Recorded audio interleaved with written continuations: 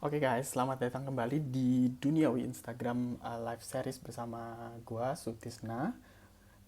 Di series ini biasanya gue invite teman-teman dari seluruh dunia untuk menggali insight dan pengalaman mereka tentang kerja, kuliah atau liburan di luar negeri. Nah, semua episode Duniawi ini bisa diputar ulang lewat Instagram TV saya di Sutisna Mulyana. Jadi jangan lupa follow Instagram @sutisnamulyana. Dan juga bisa diputar ulang lewat uh, dalam format podcast di Anchor FM dan juga Spotify.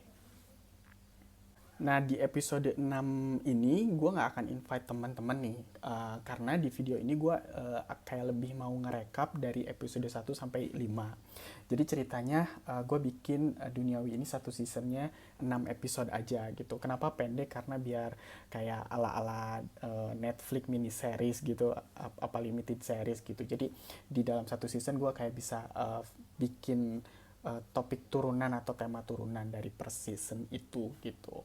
Nah, gue pengen cerita sedikit soal kenapa gue bikin series Duniawi ini ya. Jadi buat gue topik ke luar negeri, pertukaran pelajar, jadi salah satu topik yang gue suka sih. Karena awalnya mungkin karena pas SMA, eh, SMK, kalau gue SMK ya, pernah kayak tercetus gak sih kalau gue tuh cita-citanya pengen keliling dunia gitu.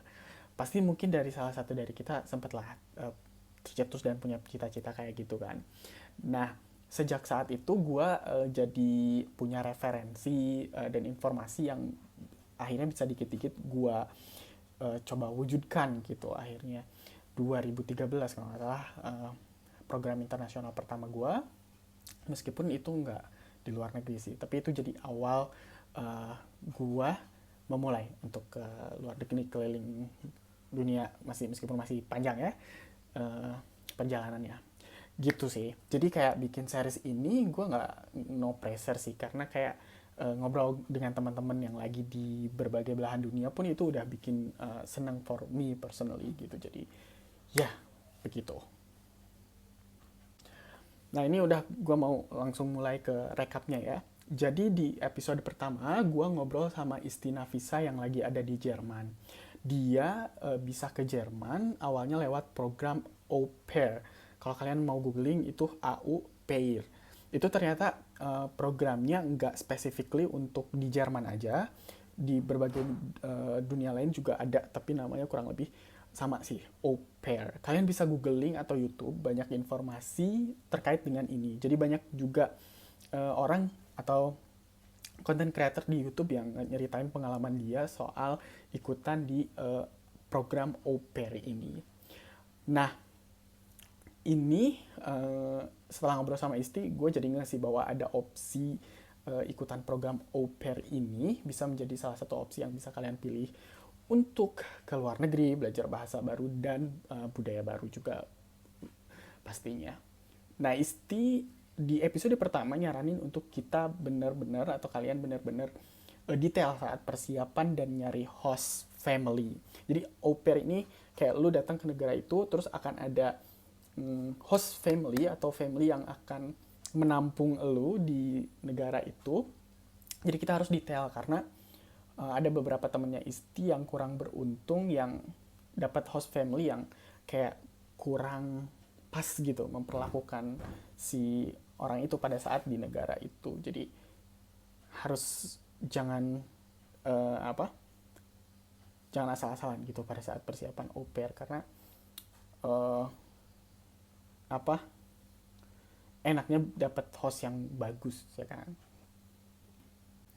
Nah, di episode kedua, gue beralih ke Australia ngobrol bareng bersama Mas Anwar Fadila. Gue kenal Mas Anwar di program Why Silly, di mana ini program yang ngebawa gue juga short exchange selama 5 minggu di Amerika.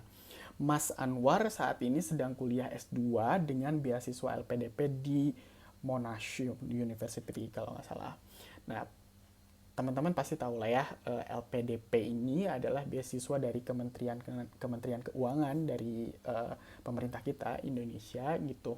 Kita bisa pilih kuliah mau di negara mana, terus dibayarin deh sama pemerintah Indonesia. Nah, tapi karena ini dibiayai oleh negara ya, sebenarnya personally gue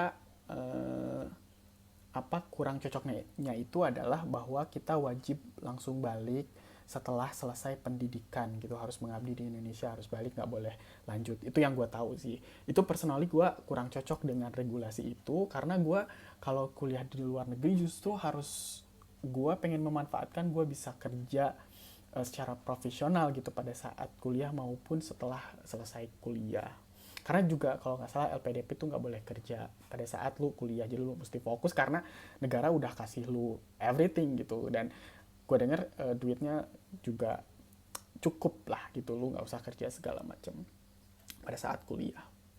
Nah, uh, itu sih kurang lebih kalau di episode 2 gitu.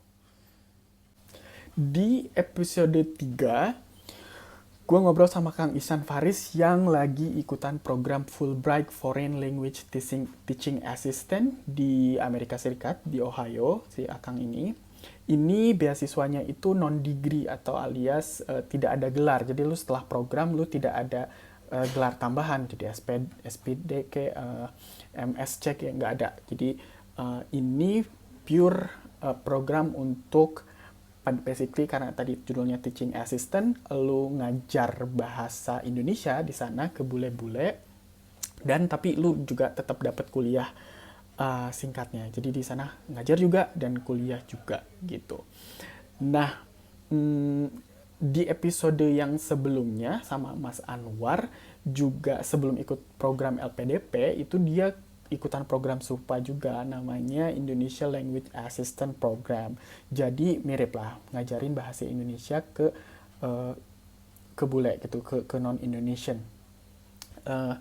Bedanya ya karena Mas Anwar program language assistantnya di Australia gitu. Dan jadi ini buat anak bahasa atau yang kuliahnya bahasa, ini bisa banget jadi opsi untuk cari pengalaman ke luar negeri dengan ngajar bahasa Indonesia seperti Mas Anwar dan juga Kang Ihsan Faris.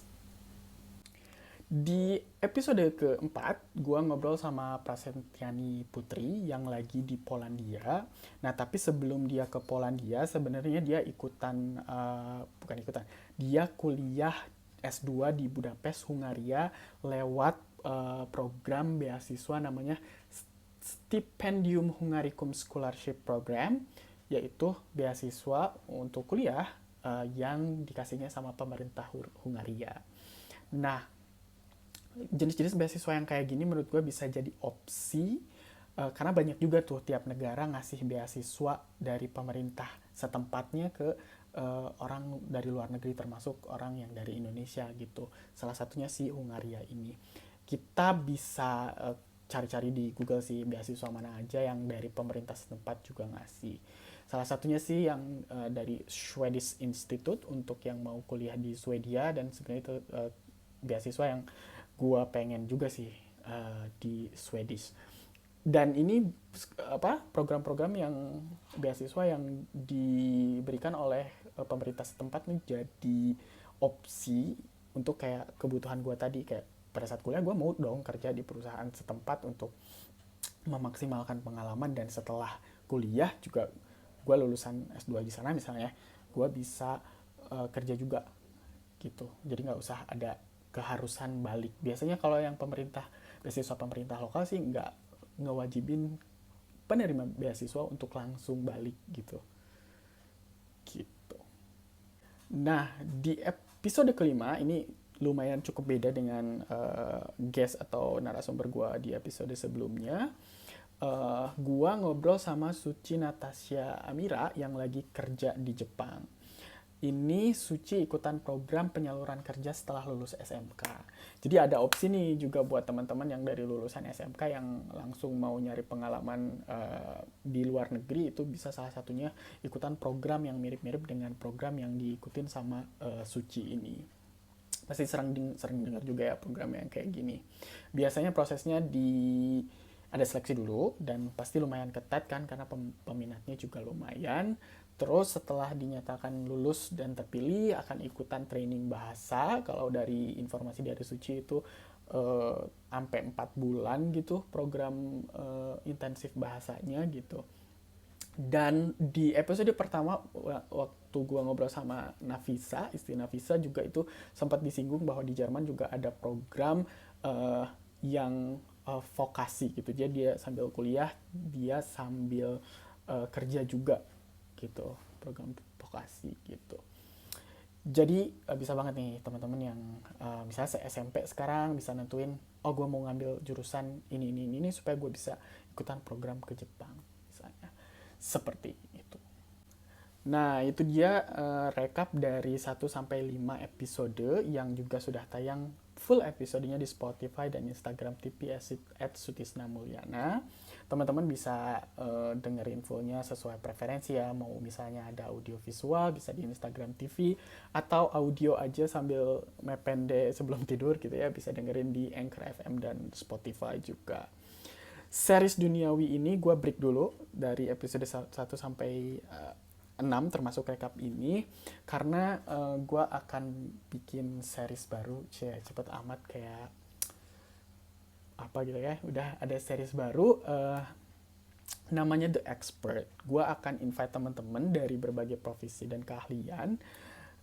Seharusnya sih akan seru karena gue akan invite teman-teman yang mudah-mudahan teman-temannya juga bersedia untuk ngobrol terkait dengan profesinya mereka, ceritanya mereka, gitu-gitulah. Oke, gitu deh. See you teman-teman di Duniawi Season 2.